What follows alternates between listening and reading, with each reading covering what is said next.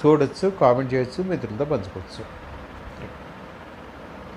అధికారం తలకి ఎక్కితే అది దిగదో పట్టాను. దీంట్లో ఎవరికి ఎక్సెప్షన్స్ ఉండవు. ఓన్లీ ఎక్సెప్షన్ ఈజ్ అది తలకు ఎక్కకపోవడం మాత్రమే. ఎందుకంటే మనం చాలా సందర్భాల్లో చాలామందిని చూసాం. గతంలో కాంగ్రెస్ హయాంలో చూసాము, బీఆర్ఎస్ హయాంలో చూసాము. ఇప్పుడు మళ్ళీ కాంగ్రెస్ హయాంలో ఇంకా పూర్తిగా అటువంటి సందర్భాలు పూర్తిగా రాకపోవచ్చు, కానీ మన అసెంబ్లీలో దాని నాగేంద్ర వ్యవహరించిన తీరు చూసాము. This is what the power means. అది ఎలా అయినా మాట్లాడిస్తుంది. తాజా ఉదాహరణ ఏమిటంటే వెస్ట్ బెంగాల్ జైల్స్ మినిస్టర్, ఆయన పేరు ఏమిటి, అఖిల్ గిరి.